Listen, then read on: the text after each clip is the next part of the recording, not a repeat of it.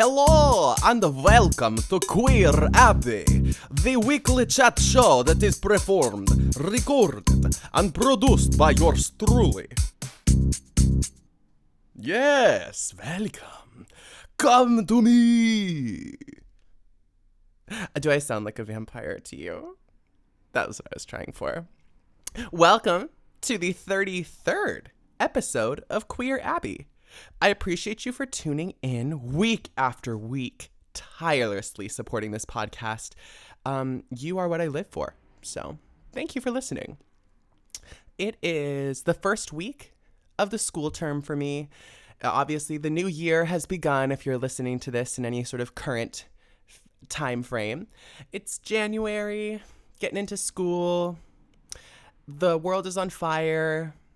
Donald Trump is about to take the office of the president again. Speaking of the world being on fire, let me speak a little bit about that.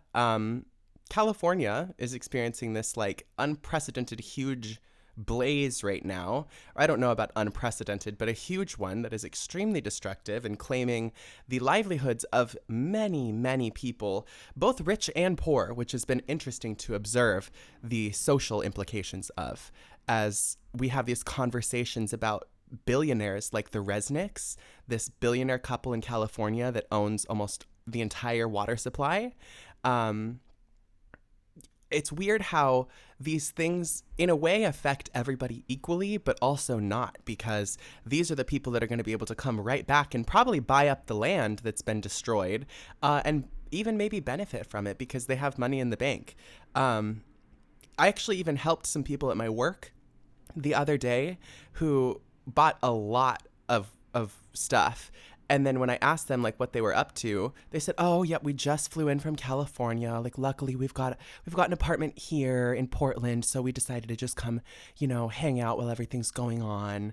And their detachment from the entire issue was so wild to me, because everybody else I'm hearing about their house burning down and they're in shambles because they have nothing left. And here we have these people who I don't hold them in contempt for it, but it's just interesting to see that they're perfectly fine. And they were going to the dispensary to go get weed gummies and just Netflix and chill because their summer home was burning down. It's pretty crazy. We all have vastly different experiences in life, and a large part of that has to do with money. And I think that people who just have wealth around them, who have always had a place to live, who have always had nice clothes to wear, new clothes every year, always had a car to drive, you just don't realize the things that other people don't have that you do. And like I said, it's hard because you can't hold people in this deep contempt. I mean, you can, but it's not helpful necessarily. It's just, how do you make people realize that they're sitting on this throne of gold when everybody around them is crawling around starving? You know what I mean? How do you wake people up to that reality besides fucking shooting a CEO in the back of the head like Luigi Mangione? It's a tough dilemma, really, because I never thought I would be the type of person that grew up and advocates for violence necessarily. But that's really just sort of a way to say it. Violence can also be in the form of withholding water from people that need it. How is that not violent? Or withholding healthcare from people because it's going to give you a bigger paycheck. That is violent too. It's not just these straightforward actions that are violent, and it's really easy for us to do that. We do it with poor people, we do it with trans people especially. We go, "Oh, well, they didn't ask nicely, so you're a man now." And I think we can all recall 10 years ago seeing all of these viral meltdown videos of really non-passing looking trans girls getting really mad because they're being misgendered in public. And it's yeah, sure, it's not nice to yell back, but do you know what happened for 10 minutes before that video where they were being taunted or goaded into doing this? And then somebody pulls out a camera and it's all right, now let's be opportunistic and spread this around. I mean, it's something that humans do to each other. We are fucking shitty like that. I mean, it's the person who becomes the most outraged that becomes villainized in most situations. I mean, yeah, we love to do that because somebody's upset because they can't hold it together, they don't look as cool and calm and collected, they must be the perpetrator and the person who's held accountable. When actually, oftentimes, we are violent to each other in a million different ways, and it goes unseen and unregistered until somebody just gets pissed off because they don't have enough money to pay their medical bills, or they get fucking mistreated by strangers in public constantly because of this weird social paradigm we have. I hope this is all making sense, but those are some of my feelings about that. My heart truly goes out to anybody that's losing their place to live because of this fire. That's fucked up. I really could not imagine. I try. When I heard about this fire happening and people were losing their homes, I tried to think, what would it be like to just have to grab everything in a matter of minutes? I mean, right now, if you're listening to this podcast, could you imagine your entire life being flipped upside down in 5 minutes like that, knowing that you just need to grab everything that's precious to you, anything you can think of, and get out? Like, many of us will never experience that level of discomfort, or I hope not, but it's real, and people are experiencing it right now. If you have money, you can donate it. If you have a summer home, you could let someone stay in it. If you have 2 lips that move and lungs that breathe, you can talk about it, you know? So it's nobody's individual responsibility to fix this. It's truly a disaster, but we should remember that we can come together and help each other in moments like this. We don't need to withhold water. We don't need to withhold medical care. We can share things and build up communities like that. It's definitely a possibility. That's the opposite of violence that I think that's really where the solution to this is rooted. You know, people being displaced and people living in this abject poverty while people are extremely wealthy at the top. We need to communicate with each other. For real. Oh, okay. I'm getting really preachy. I'm going to back it up just a little bit. I'm going to talk about something a little bit more lighthearted now. I went shopping. I went shopping for the first time in like a year because I don't have money to be going and buying clothes from like department stores. And let me tell you, it's more expensive than I even thought. I went into Nordstrom and I was walking around just looking at like coats and cardigans and jeans and shoes and things like that. I purchased a couple of things that were like on a bargain, but oh my God, it costs $80 for a fucking like synthetic material cardigan. I was blown away. Like a thin, stretchy cardigan from Nordstrom costs $80 or $90. Pairs of pants that are marked down, they're marked down to $100 from $300. I was like, what? The way I can't even afford to put clothes on in this day and age, that's crazy. But it was really fun because, like I said, I haven't gone to a mall in like, I don't know, a year. Because I also don't have a car. And so the prospect of like carrying around a big bag of clothes that I just bought from a department store seems like I'm just welcoming a mugging. So I don't oftentimes like take the bus to go to the mall or something. Like that's not super reasonable.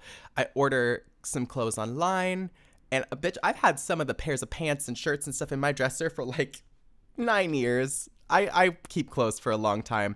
So all of this to say, it was a lovely treat. Because I've been working really hard and saving my tips. I don't smoke anymore. So like that's kind of put a little bit more money in my pocket.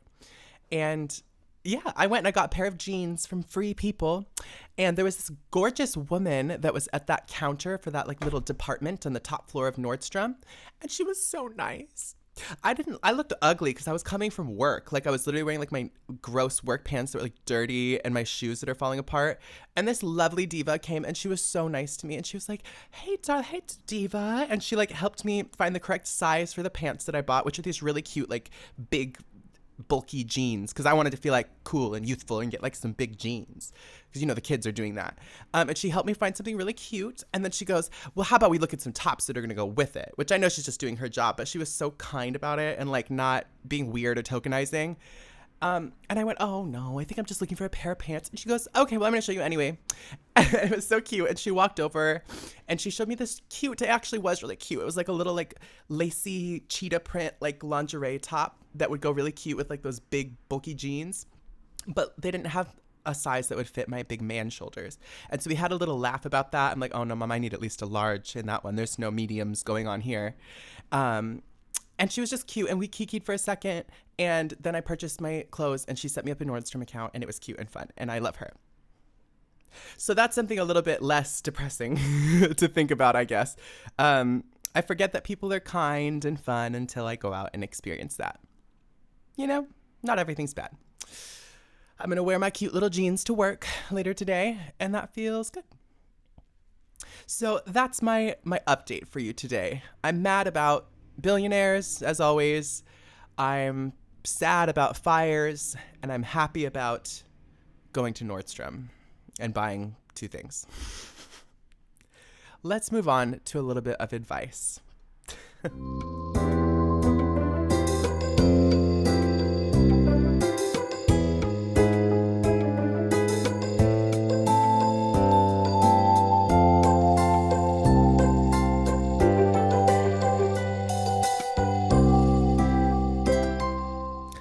Alrighty, cats.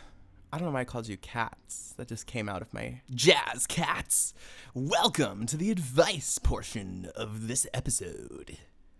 Cool cats and kittens. Oh my God, it's been so long since I've thought about Tiger King. Damn. Carol Baskin. Oh my God, I forgot about that. Oh yeah, TikTok's getting banned too. I forgot to mention that earlier. That's so annoying. I'll talk about that more later. Okay, let's do advice time. Just tweaking out over here thinking about Tiger King and TikTok. The first prompt for this week says, how do I subtly tell my roommate I can hear her and her boyfriend having sex? I'm living with several roommates, one of which likes having her boyfriend over and then fucking loudly in the middle of the night. We don't share a wall. Our rooms are on 2 sides of a hall. Okay, Dr. Seuss. I can hear her through her door and my door, and I can hear her through her door and my door, and it's loud enough that it's hard to ignore. How did you rhyme all of that? We don't share a wall. Our rooms are on 2 sides of a hall. I can hear her through her door and my door. It's loud enough that it's hard to ignore. Sorry, that's so funny to me. How the hell do I bring it up to her that she's being really loud and I think everyone can hear her? Well, how do you bring this up to her? Well, you say, hello, blank. I'm going to assign her a name. She's going to be Tina. Hi, Tina. I just wanted to talk to you about something. You have a few minutes, girl? And then you set your coffee cup. You say, okay, sweetie. So you know how you like to have your boyfriend over sometimes? Oh, he's such a sweet guy. We love Joe here. So we can hear you fucking through the wall really loudly. Yeah, like this. And so I would need you to just contain that. Like maybe you could do a little bit of acoustic treatment, or if you could just stop doing that and be a little bit more considerate, I would really appreciate it. Thanks, Tina. Have a nice day. And scene. That's exactly how you can do that. I think that it's kind of rude to expose people to your sexual stuff, like in an environment like that. Like if you all share a home together, that's my least favorite part about having roommates, to be honest, is I felt so weird about like jerking off. I'm like, I hope nobody can hear me right now, because I don't want someone to like unknowingly like hear like sex sounds or like be involved in that, because it just feels gross. I mean, if you walked in on your parents having sex as a kid, it's like invasive, it's weird, you're like, oh my God, I did not want to see that. If you hear your roommates having sex, it feels kind of the same way. It's like, okay, that's not how I think about you. I don't want to see that. And I don't know if that comes from our idea that sex is shameful. Maybe I would feel differently if I lived in a different time or place, but like, yeah, it's confronting and not in a nice way to hear people having sex. So you are justified in bringing it up to her, I think. Go ahead and just bring it up like you would talk about the dishes, really, because it's not shameful. It's fine to have sex, but it's also something you need to be considerate about. It would be no different if she was playing music really loud at night and you could hear it. Like, it's just sound that's unnecessary coming from her room. And then there's this added layer of discomfort because it's about something sensitive, and so you don't want to like be weird or like shame her, but at the same time, it's just like anything else. So yeah, talk to her about being more considerate, about maybe focus in on the noise and like not about her relationship or anything personal. Because, you know, maybe she doesn't know. She probably does, to be honest. Maybe she likes it. I don't know. Anyway, moving on. For the next prompt, this listener asked, how do you recharge your girly energy? I've been trying to lift myself back up lately. Guess it's that time of the year when everything feels extra reflective. I mean, the year's ending, I'm looking back on all that's happened. Being far from family and loved ones, especially during the holidays when everyone's surrounded by their loved ones, it's hard not to feel a little lonely. I'm curious, what do you do to recharge your girly energy when you're feeling down? I'd love to hear your little go-to pick-me-ups and even the big mood changers that help you feel like yourself again. Oh, that's a really sweet way to ask that. Okay, dear listener, how do I recharge my girly energy? A bath. I love taking baths. Playing mermaid in the bath. I didn't really consider this deeply before I read this out loud. I mean, that's what I was doing the other day, going to the mall and connecting with this like sweet girl and talking about clothes that we think are cute. I think it has a lot to do with community. Circling back to an earlier point, we need to understand that people understand us. It's actually really important. And it's hard to feel safe to be a woman in this world because we objectify women and we only celebrate them in their attachments to men and not just for being girls, just for being women.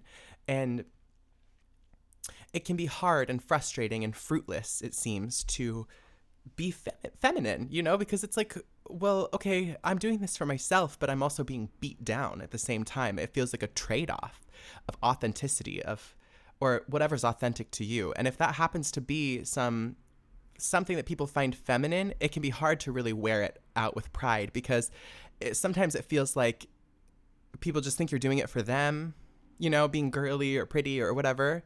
I don't know if I'm hitting the mark here, but connecting with people that make you feel that full sense of self, that you feel safe to be fun, to be theatrical, to be girly, whatever that is. Do you have friends that you like to play dress up with? Because that right there is some magical stuff when you can get together with your friends and imagine and dream together because you're in that playful headspace and not feeling like you're being looked at and prodded at. Because that's the opposite of feeling safe and feminine to me, is feeling like perceived too much, feeling exposed, right? But it feels lovely when I have my head on my shoulders and I'm grounded in that, like, I feel good and I feel pretty, you know? So get there by connecting with people, get there by taking care of your body, taking a lovely bath and washing your hair, put a hair mask in or something like that. I don't know. Put egg whites in your hair. Who fucking knows? Avocado on your face. Give yourself some lovely treatment and remind yourself that you are worth this celebration and that it is actually worthwhile to adorn yourself and to be yourself. It's not fruitless, even though the world that we live in says that it is, that it's stupid and vapid for women to be, you know, to be womanly, to be feminine, at least in this traditional sense or whatever, right? And it's especially fruitless if people who don't have vaginas do it, let me tell ya. Because why would I want to do that, right? Why would I want to live out this authentic sense of self? It's truly lost on some people, the importance of girly energy. Because that's maybe a kind of silly way to put it, I don't know, but you need to feel that sense of identity and strengthen that and feel safe with it. And I don't think it's entirely your fault that it's difficult to do that, right? And that leads quite nicely into our musical spotlight for this week. Thank you to the two folks who submitted questions. I appreciate you. If you, my dear listener, would like to have a question or a query addressed on Queer Abbey, feel free to submit it via the anonymous submission link that is in the description of this episode. It should be right down there. It says, do you want to be featured on the pod? And there's a little link right below there. You can just put your question right in there and I'll answer it here. Easy peasy.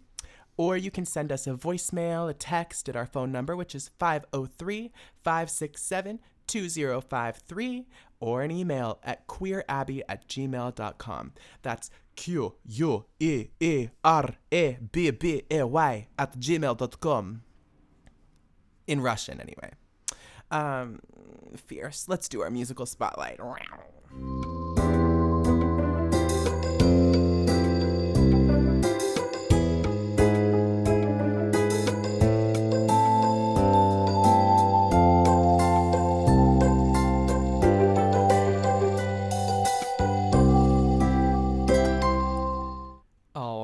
y'all. Now for the last portion of this week's episode, I am very excited to share with you a musical spotlight from Hannah DiMo, who I know through music school. I've known Hannah for a couple years now, actually. I believe I met her my first year. That's absolutely true. Actually, she's one of the first people I ever saw perform at PSU, and I can recall my jaw dropped. They did this like really cool medley, and Hannah's voice, she's like a pretty like belty soprano. And so it was heavily featured on this song, and I was just encapsulated and enchanted because Hannah has this confidence and this presence that's just undeniable. If you're a Portland resident, you may just know of Hannah already because she plays around town a lot, either as a solo act or a part of one of many groups. I know that she plays with Complementary Colors, and I would just recommend following Hannah on Instagram. That's going to be a really great way to keep up with her.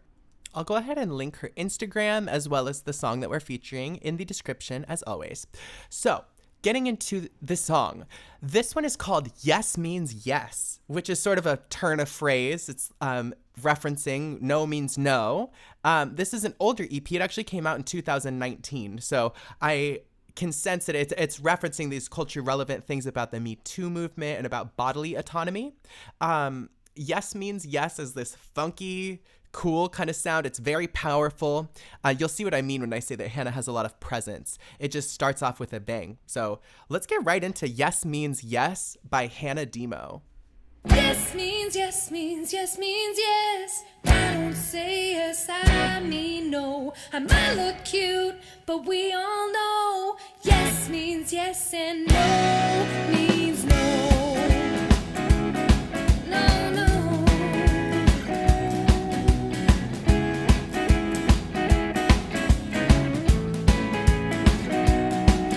It's Friday night and I know I look fine. Gonna have some fun, yeah, you know my type, and I got this. I'm just fine on my own.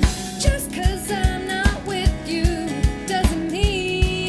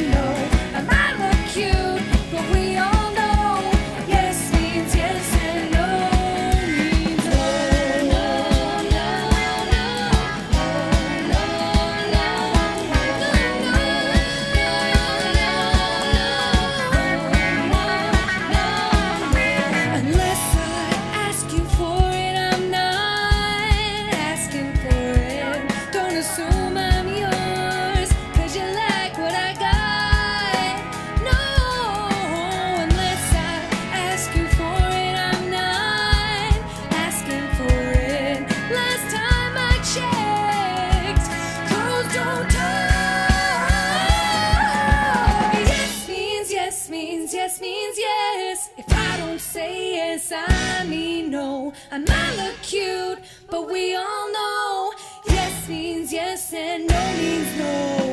Yes means yes means yes means yes. If I don't say yes, I mean no. I might look cute, but we all know yes means yes and no means no.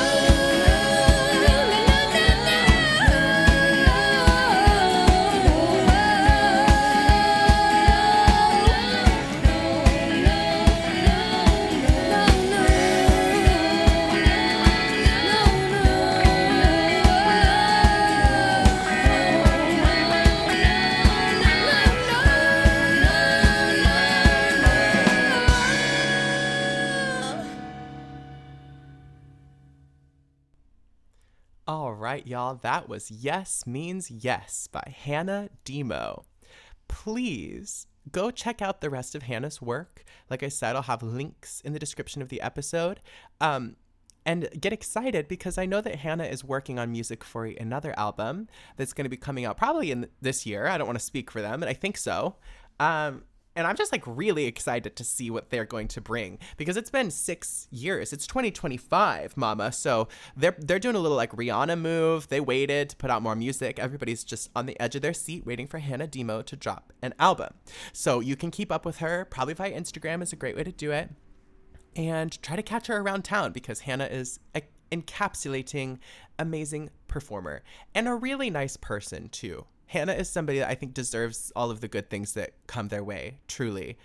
Also worth mentioning, Damian Hayes is credited as a songwriter on this song alongside Hannah DiMo.